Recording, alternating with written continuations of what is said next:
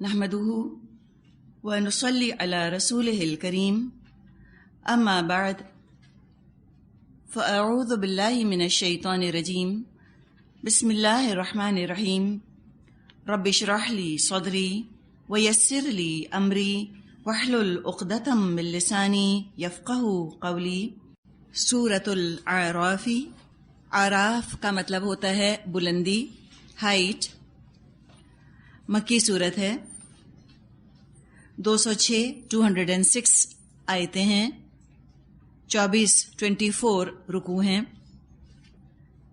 سورہ انعام طویل مکی صورت ہے۔ سورہ اعراف سب سے طویل مکی صورت ہے۔ ایک طرح سے یہ سورہ انعام کا جوڑا ہے۔ سورہ انعام میں بھی ہم نے دیکھا کہ خطاب کا رخ قریش کی طرف تھا۔ قریش کی تہذیب، ان کی رسومات پر تنقید کی گئی تھی، ان پر حجت تمام کی گئی۔ سورہ انعام میں ان کو دین کی دعوت دی گئی۔ سورہ اعراف میں جو رخ ہے بات کا وہ قریش ہی کی طرف ہے، اور اس میں آپ دیکھیں گی کہ انذار کا پہلو نمایاں ہے، خبردار کرنے کا، وارننگ کا پہلو نمایاں ہے کہ دیکھو اگر تم نے اللہ کی بات نہ مانی، تم نے اگر رسول کی قدر نہ کی تو تمہارا بھی وہی انجام ہوگا جو پہلے گزرے ہوئے لوگوں کا ہو چکا، جنہوں نے اللہ رسول کی نافرمانی کی تھی۔ یوں سمجھیں کہ وہ بڑے بڑے دن جس میں کہ اللہ کا عذاب قوموں پر آیا، ان کا تذکرہ سورہ اعراف میں ہم پڑھیں گے۔ سورہ انعام میں تذکیر بے آلاء اللہ کا انداز تھا، اللہ کی نعمتوں کے ذریعے سے اللہ کی یاد دلانا، تذکیر کرنا۔ پھلوں کا ذکر کیا، مویشیوں کا ذکر کیا، کھانے کا پینے کا ذکر کیا کہ دیکھو اللہ نے کتنا کچھ تم کو دیا ہے۔ بعض لوگ ایسے ہوتے ہیں کہ جو نعمتیں پا کے جھک جاتے ہیں، محبت کی وجہ سے اطاعت کرتے ہیں، تو محبت کے شکر گزاری کے جذبے کو پروان چڑھانے والی آیات سورہ انعام میں ہم نے پڑھی۔ بعض لوگ محبت اور شکر گزاری کے راستے سے اللہ کے قریب آتے ہیں، تو وہاں ان کے لیے مواد موجود ہے، مٹیریل موجود ہے۔ بعض لوگ ایسے ہوتے ہیں کہ جو خوف کی وجہ سے، ڈر کی وجہ سے، سزا کے خوف کی وجہ سے اللہ کی فرما برداری کرتے ہیں۔ وہ محبت کی وجہ سے فرما برداری نہیں کرتے، سزا کے ڈر سے فرما برداری کرتے ہیں۔ ایسے لوگ ہر معاشرے میں ہوتے ہیں۔ تو سورہ اعراف میں ان کے لیے مواد، ان کے لیے مٹیریل فراہم کر دیا گیا، بتا دیا گیا کہ دیکھو کیا لوگوں کا انجام ہوا، اگر تمہیں برے انجام سے بچنا ہے تم فرما برداری کرو۔ تو سورہ انعام میں انداز تذکیر بھی آلاء اللہ کے ذریعے سے، اللہ کی نعمتوں کے ذریعے سے تذکیر کرائی گئی، اور سورہ اعراف میں تذکیر بے ایام اللہ ہے، اللہ کے وہ بڑے بڑے دن جس میں کہ عذاب آیا قوموں پر، اس کے ذریعے سے تذکیر کی گئی ہے۔ سورت شروع ہوتی ہے اعوذ باللہ من الشیطان الرجیم، بسم اللہ الرحمن الرحیم، الف لام میم صاد، الف لام میم صاد، کتاب انزل الیک فلا یکن فی صدرک حرج منہ لتنذر بہ وذکری للمؤمنین۔ یہ ایک کتاب ہے جو اے محمد صلی اللہ علیہ وسلم آپ کی طرف نازل کی گئی ہے، بس آپ کے دل میں اس سے کوئی جھجک نہ ہو۔ اس کے اتارنے کا غرض یہ ہے کہ تم اس کے ذریعے سے منکرین کو ڈراؤ اور ایمان لانے والے لوگوں کو یاد دہانی کرا دو۔ ایمان لانے والے لوگوں کے لیے یاد دہانی ہے۔ حرجن کا لفظ آ رہا ہے۔ حرجن گھنی جھاڑی کو کہا جاتا ہے، تھک بشز کو، ایسا بش، ایسی جھاڑی جس میں سے گزرنا مشکل ہو۔ اب کیا ہو رہا تھا مکے میں کہ مخالفتوں کا طوفان تھا، راستہ صاف نہیں تھا کہ انسان صراط مستقیم پر آرام سے اطمینان سے سفر کر سکے. مخالفتیں اتنی تھیں اور تنقید کے اتنے کانٹے تھے اس راستے پر کہ انسان کا دل آگے بڑھنے سے رکتا تھا، گھبراتا تھا اس زمانے میں. یہاں نبی اکرم صلی اللہ علیہ وسلم کو تسلی دی گئی ہے کہ آپ ان کی مخالفتوں کی پرواہ مت کیجیے. دوسری طرف قریش کے روز روز کے نت نئے مطالبے تھے کہ معجزہ دکھاؤ، معجزہ دکھاؤ. اس نے آپ کو تنگ کیا ہوا تھا. پھر تیسری طرف آپ کو یہ فکر رہتی تھی کہ یہ اتنی واضح بات ہے، اتنی مبرہن بات ہے، اتنا کلیئر فیکٹ ہے، سیلف obvious ہے حقیقت توحید کی، تو کیا وجہ ہے جو یہ نہیں سمجھ رہے؟ پھر آپ کو خیال آتا تھا کہ شاید میری کوتاہی ہے، شاید میں نہیں بتا پا رہا، میں شاید اس کو آرٹیکولیٹ نہیں کر پا رہا، شاید میں نہیں سمجھا پا رہا، ان کو اس لیے نہیں سمجھ رہے. تو آپ مزید اپنے اوپر مشقت کا بوجھ اٹھا رہے تھے. قرآن نے یہ سارے بوجھ آپ پر سے اتار دیے. ایک تو یہ فرمایا کہ کتاب آپ پر نازل کی گئی، یعنی آپ کی اپنی طلب تو نہیں تھی، آپ کی تمنا یا آپ کی فرمائش تو نہیں تھی کہ اللہ آپ پر کتاب اتارے. جب انسان فرمائش کر کے کوئی ذمہ داری اپنے سر پر لیتا ہے اور جب اس کو محسوس ہوتا ہے کہ اس ذمہ داری کا وہ حق اب ادا نہیں کر پا رہا تو زیادہ گلٹی فیل کرتا ہے، زیادہ اس کا ضمیر پریشان ہوتا ہے. تو یہاں بتایا کہ آپ نے تو نہیں فرمائش کی تھی، تو اللہ نے ڈالی ہے ذمہ داری. تو جس نے ذمہ داری ڈالی ہے وہی آسان کرے گا، فکر مت کیجیے. قریش کی مخالفت سے بھی بے پرواہ ہو جائیے، رہنے دیجیے ان کو. دوسرے، قرآن میں جو احکامات، جو آیات نازل ہو رہی تھیں خاص طور پہ شرک کی تردید میں، وہ بتاتے ہوئے بھی ہو سکتا ہے دل بچتا ہو کہ اتنا مشکل حکم، ایسی بات جس پہ اتنی مخالفت اٹھے گی، یہ کیسے بتاؤں ان کو، پتہ نہیں مانے یا نہ مانے. تو فرمائے رہنے دیجئے، آپ کا کام انذار کرنا ہے، منوانا ہے نہیں، عمل کروانا کام نہیں، پہنچانا کام ہے. خود عمل کیجئے. جن کے دل کھل گئے ہیں وہ تو بہت خوشی کے ساتھ، خوش دلی کے ساتھ ان آیات کو اپنے دلوں میں، زندگیوں میں سجائیں گے. ان کا عمل مزین، خوبصورت ہو جائے گا اس ذکرہ کی وجہ سے. آیت نمبر 3، اتبعوا ما انزل الیکم من ربکم ولا تتبعوا من دونه اولیاء قلیلا ما تذکرون. لوگو، جو کچھ تمہارے رب کی طرف سے تم پر نازل کیا گیا ہے اس کی پیروی کرو اور اپنے رب کو چھوڑ کر دوسرے سرپرستوں کی پیروی مت کرو مگر تم کم ہی نصیحت مانتے ہو. بتا دیا گیا کہ حق سب کا ادا کرو، ماں کا ادا کرو، باپ کا، اولاد کا، شوہر بیوی کا، سب کا حق ادا کرو. لیکن ان کے حقوق ادا کرتے کرتے قرآن کا حق کہیں مت بھول جانا. تو یہاں قرآن کا حق بتایا گیا. کیا ہے قرآن کا حق؟ اتبعو، اس کی پیروی کرو، اطاعت اس کی کرو، یہ اس کا حق ہے. قرآن کا حق ہے، اس کو فالو کیا جائے. اتباع کرنا کسی انسان کا حق نہیں ہے. اب اگر دو حق ٹکرا جائیں، رشتہ دار کہتے ہیں ہماری اطاعت، ہمارا اتباع کرو، قرآن کہتا ہے اتبعو، اس کا اتباع کرو، تو کیا کیا جائے؟ جب دو حق ٹکرا رہے ہیں، کس کا حق فوقیت پائے گا؟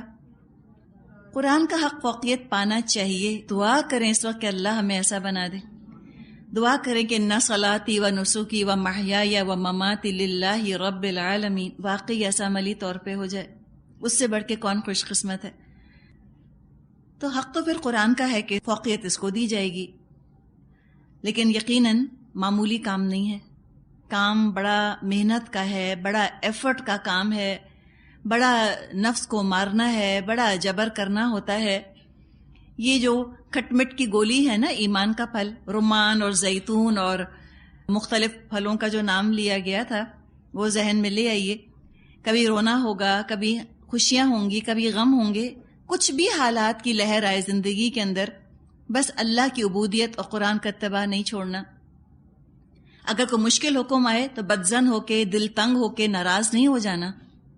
اور کوئی اچھا حکم آئے اس کو سر آنکھوں پر قبول کر کے کنسیشن سے فائدہ اٹھائیں تو لگائیں. اگر محنت توانائی کہیں لگانی ہے تو اس کے اتباع میں لگانی چاہیے، بغیر خوف، بغیر جھجک، بغیر نقصان کے اندیشے کے انسان یہ کام کرے. یہ تو وہ سودا ہے کہ جس کے آخر میں نفع ہی نفع ہے اور فلاح ہی فلاح ہے.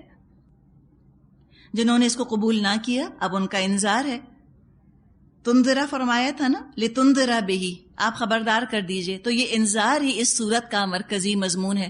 اس میں ہمیں انذار کا پہلو، وارننگ کا پہلو نمایاں نظر آئے گا. فرمایا آیت نمبر 4 اور 5، وَكَمْ مِن قَرِيَّةٍ أَهْلَكْنَاهَا فَجَاءَهَا بَأْسُنَا بَيَاتًا أَوْ هُمْ قَائِلُونَ فَمَا كَانَ دَعْوَاهُمْ إِذْ جَاءَهُمْ بَأْسُنَا إِلَّا أَن قَالُوا إِنَّا كُنَّا ظَالِمِينَ. کتنی ہی بستیاں ہیں جنہیں ہم نے ہلاک کر دیا، ان پر ہمارا عذاب اچانک رات کے وقت ٹوٹ پڑا یا دن دہاڑے ایسے وقت آیا جبکہ وہ آرام کر رہے تھے، اور جب ہمارا عذاب ان پر آ گیا تو ان کی زبان پر اس کے سوا کوئی صدا نہ تھی کہ واقعی ہم ظالم تھے. قائلون قیلولہ سے یہ لفظ ہے، ایک طرح سے اس کو سیسٹا کہا جاتا ہے نا، دوپہر کا آرام. گھروں میں، اپنے باغوں وغیرہ میں ذرا سا آرام کر لینا، اور یہ عام طور پہ کلچر مزاج ہوتا ہے گرم ممالک کا. دوپہر میں جب گرمی دھوپ زیادہ ہوتی ہے تھوڑی دیر کے لیے لوگ اپنے گھروں میں سستاتے ہیں. تو مراد کیا ہے کہ اللہ کا عذاب آیا تو کوئی بچ کر بھاگ نہ سکا. کوئی قوم چاہے کتنی بھی تمدن کے لحاظ سے اور سائنس کے لحاظ سے وہ ترقی یافتہ کیوں نہ ہو، کوئی قوم اللہ کے عذاب کے مقابلے میں کھڑی رہ نہ سکی. سب نے اپنے جرم کا اقرار کیا، دنیا میں سزا پائی اور آخرت کی سزا تو پھر آنی باقی ہے. تو کتنے خوش قسمت ہیں کہ جن کو ابھی سانس آ رہا ہے، کہ جن تک ابھی اللہ کا فیصلہ نہیں پہنچا. کتنی اصلاح ہے جو کی جا سکتی ہے. عمر چاہے 16 سال ہو چاہے 60 سال ہو، اس سے فرق نہیں پڑتا. جب احساس ہو جائے غنیمت ہے. اس لیے کہ اگر احساس ہو گیا تو سوال جواب جن کا ذکر آگے آ رہا ہے، جو مراحل آگے بیان ہو رہے ہیں یہاں پر، ان میں سب کامیاب ہوں گے. اور اگر احساس نہ ہوا، غافل رہ گئے، تو یہ سوال جواب بڑے مشکل، بڑے بھاری ہو جائیں گے. سمجھ نہیں آئے گا کہ ان سوالوں کا کیا جواب دیا جائے جو اللہ پوچھے گا.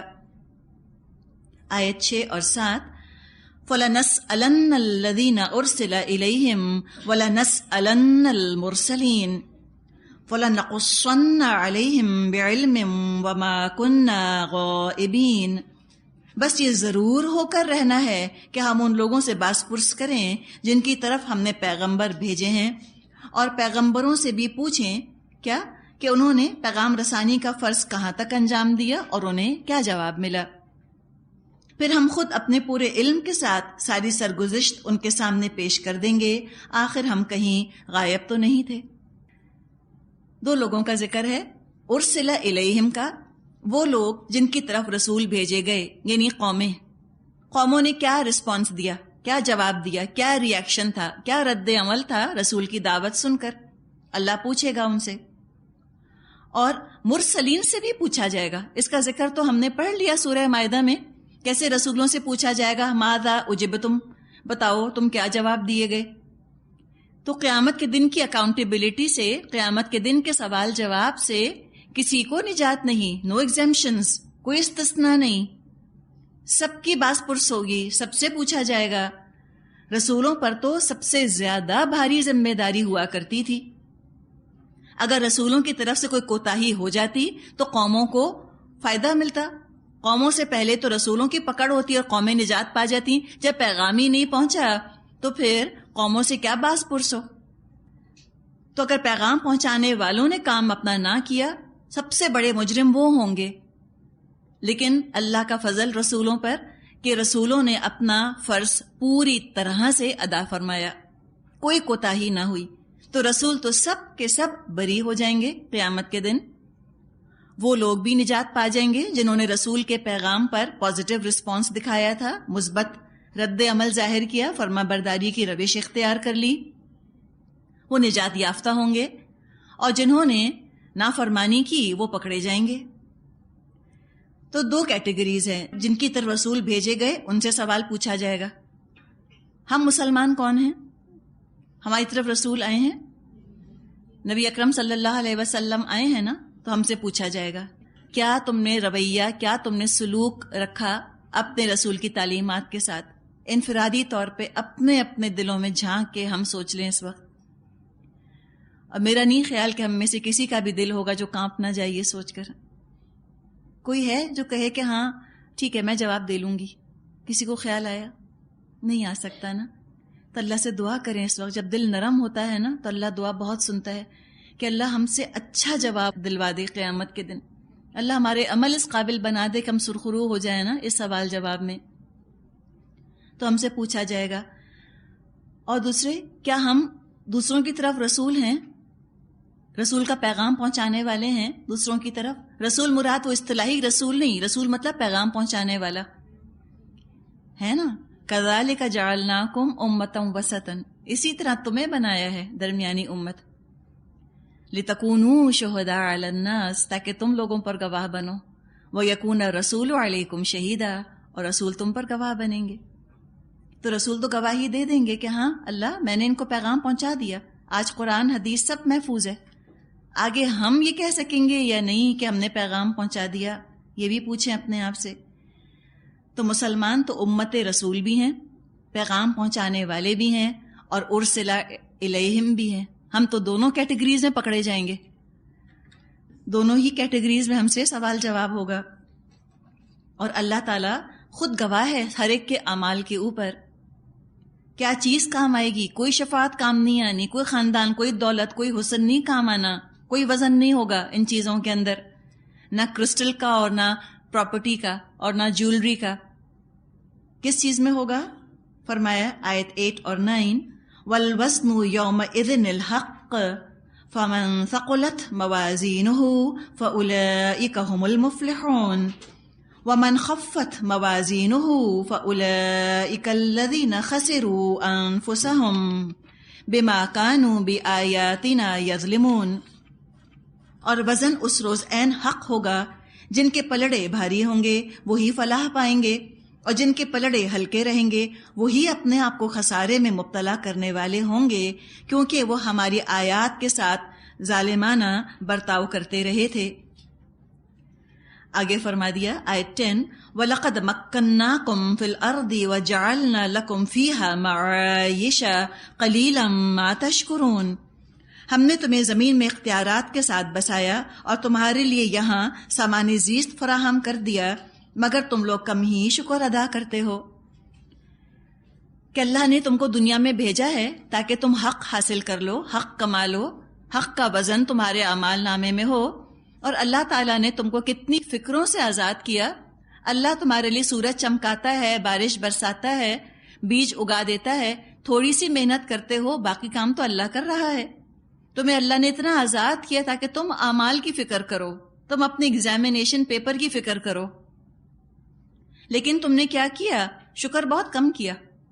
بجائے کہ تم اللہ کی فرما برداری کی فکر کرتے، تم تو مخلوق کے فرما بردار بن گئے. شکوہ ہے یہاں پر، تم نے حق پر دھیان نہ دیا. جس مقصد کے لیے اللہ نے تم کو یہ ساری معیش دی تھی، زندگی کا سامان دیا تھا، تم مقصد ہی بھول گئے. تم نے تو سامان کو، دنیا کو ہی معبود بنا لیا. بڑی ناشکری کی. سمجھے ہی نہ تم مقصد ان نعمتوں کا پوجنے کے لیے تھوڑی دی گئی تھی، بلکہ فیسیلیٹیٹ کرنے کے لیے دی گئی تھی، تمہاری آسانی کے لیے دی گئی تھی، تاکہ تم کو فرصت ملے اور تم فرصت سے اپنے رب کی عبادت کر سکو. تو فرما دیا والوزن یومئذ الحق، حق ہی میں وزن ہوگا یا حق ہی فیصلہ کن ہوگا. کس طرح؟ تصور آتا ہے نا ترازو کا. ایک ترازو ہوتا ہے جو کہ 2 پلڑے والا ہوتا ہے نا، بیلنس نہیں ہوتا. ایک پلڑے میں ڈالتے ہیں تو وہ جھک جاتا ہے. 2 باٹ ہوتے ہیں اس کے، ایک تو وہ ترازو ہوتا ہے. اگر یوں سمجھیں کہ حق ہی میں وزن ہوگا تو پتا چلا کہ حق ہی جو ہے وہ ترازو کا پلڑا جھکائے گا قیامت کے دن. یا حق ہی میں وزن ہوگا یا وزن ہی حق ہوگا. وہ کس طرح؟ سارے ترازو، سارے بیلنس جو ہوتے ہیں وہ 2 پلڑوں والے نہیں ہوتے. ایک آپ نے دیکھا ہوگا اسپرنگ بیلنس ہوتا ہے، اس کو لٹکاتے ہیں وزن کو تو گریڈیشن ہوتی ہے نا، پتہ چلتا ہے کتنا ویٹ ہے. تو حق ہی میں وزن ہوگا، حق ہی ترازو کو اپنی جگہ سے ہلائے گا. جتنا وزن اعمال میں ہوگا اتنا پتہ چل جائے گا کس گریڈ کا آدمی ہے، کس جنت کا یہ مستحق ہے. آپ دیکھیں سنار کے پاس اگر آپ کوئی سیٹ اپنا لے کر جاتی ہیں، سنار جو ہے کیا وہ تول کر پیسے دے دیتا ہے اس کو؟ کبھی بھی نہیں کرتا. پہلے تو وہ کھوٹ نکالتا ہے، پھر وہ ٹانکا نکالتا ہے، پھر جو سارے نقلی نگ جڑ دیے ہوتے ہیں وہ نکالتا ہے، اور پھر خالص سونا جو ہوتا ہے اس کے دام آپ کو ملتے ہیں. بالکل یہی جو کہ ہمارے سیٹ کے ساتھ دنیا میں ہوتا ہے وہی ہوگا آخرت میں اعمال کے ساتھ. سارا ملمہ ہٹا دیا جائے گا، ونیر، ساری آرٹیفیشل نیکیاں نکال دی جائیں گی، سارا کھوٹ ووٹ نکالا جائے گا. اب خالص جو عمل ہوگا وہ تلے گا، چاہے دیکھنے میں کتنا بڑا ہو سکتا ہے ایک سیٹ ہو 20 تولے کا، آپ کے حساب سے 20 تولے کا ہے. سنار نے کہا سارا کھوٹ ہے، اس میں تو 1 تولہ سونا ہے، 1 ہی تولے کی قیمت ملے گی نا. تو قیامت کے دن ہمیں دیکھنا ہے کیا چیز ہے جو ہمارے اعمال میں وزن پیدا کرے گی. سب سے اہم ترین خلوص. چھوٹا سا بھی عمل ہو اور اس میں خلوص ہو، اللہ کو راضی کرنے کی نیت ہو، اور رسول کے طریقے کے حساب سے وہ کام کیا گیا ہو، اب وہ عمل میزان میں بڑا بھاری ہوگا. جیسے 2 ہے، 2 کتنا چھوٹا سا نمبر ہے، اس کو آپ 1 ملین سے ملٹیپلائی کر دیں، کتنا بڑا ہو گیا نا.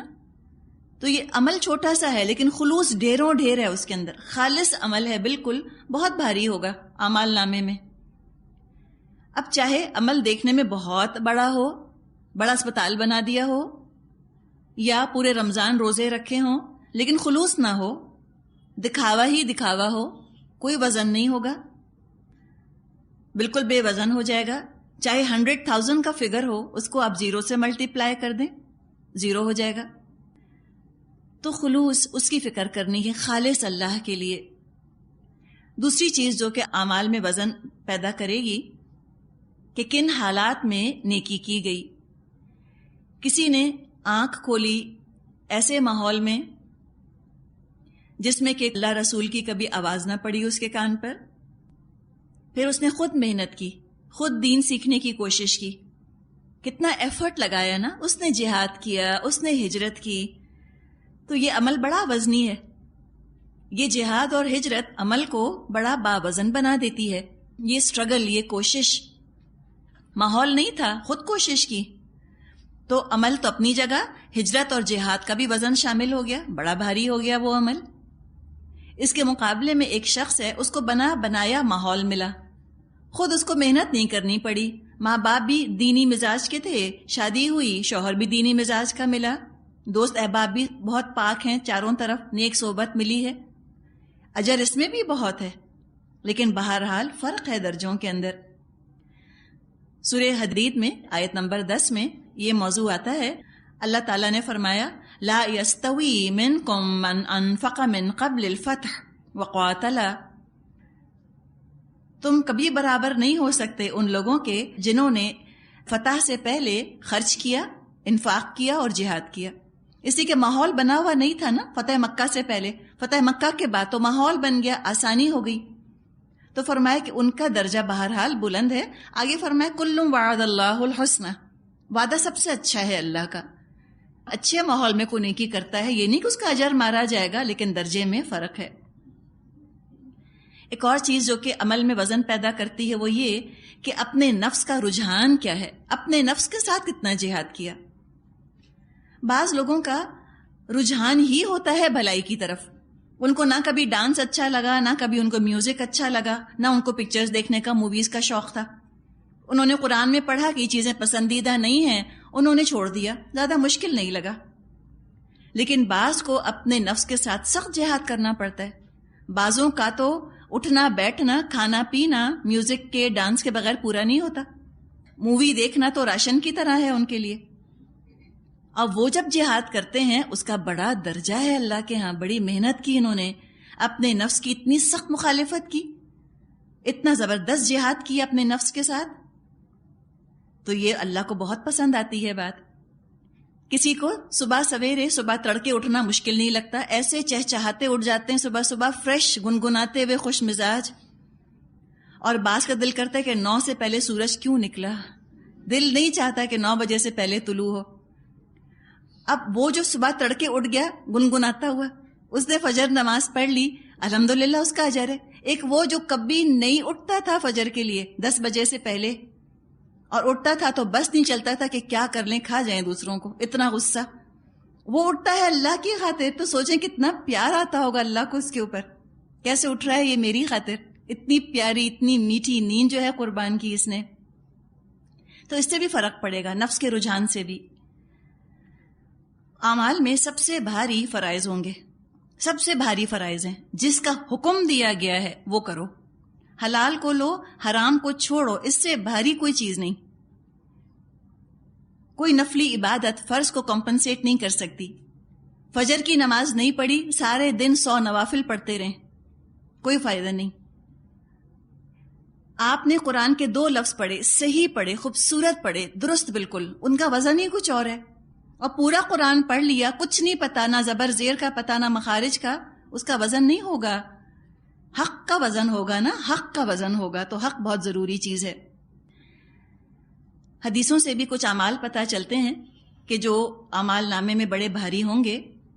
نبی اکرم صلی اللہ علیہ وسلم نے فرمایا کہ 2 کلمے ایسے ہیں جو زبان پر بڑے ہلکے ہیں لیکن میزان عمل میں بڑے بھاری ہیں اور اللہ کو بہت محبوب ہیں. سبحان اللہ و بحمدہ، سبحان اللہ العظیم. کچھ بھی نہیں جاتا نا، کوئی بھاری نہیں زبان کے اوپر، لیکن اعمال نامے میں بہت وزن ہوگا ان کا. ترازو کو جھکا دیں گے انشاءاللہ.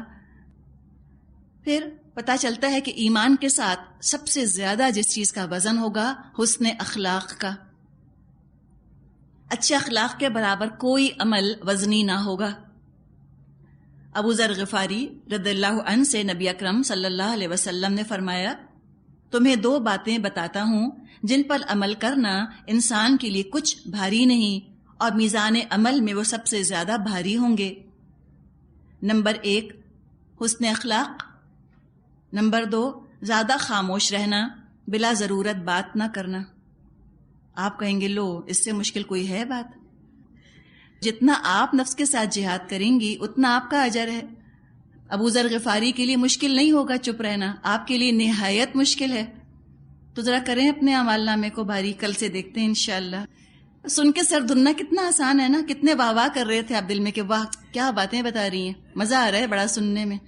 اب جب کہا کہ اچھا اب کل بریک میں سب سبحان اللہ پڑھیں گے، یہ گروپ انچارج کی ذمہ داری ہے کل آپ کی نا، آپ کو سب کو سبحان اللہ پڑھائیں گی. وہ عمل کریں گے تو پتہ چلے گا جنت کی قیمت کیا ہے.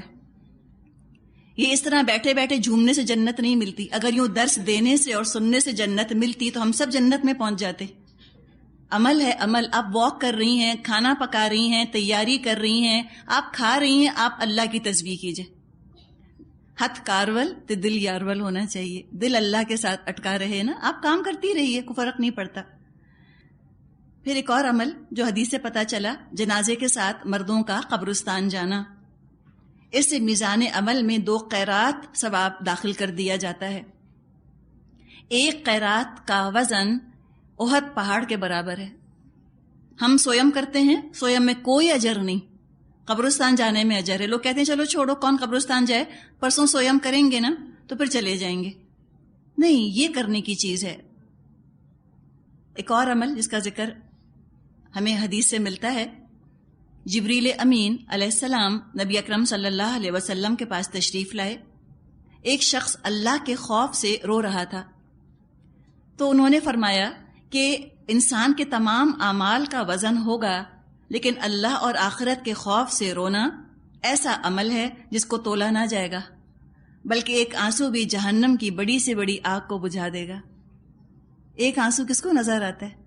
اور تنہائی میں بیٹھ کے اللہ کی یاد میں، اس کے خوف، اس کی محبت میں رونا، اس سے زیادہ سکون دینے والا عمل شاید ہی کوئی آپ کو ملے.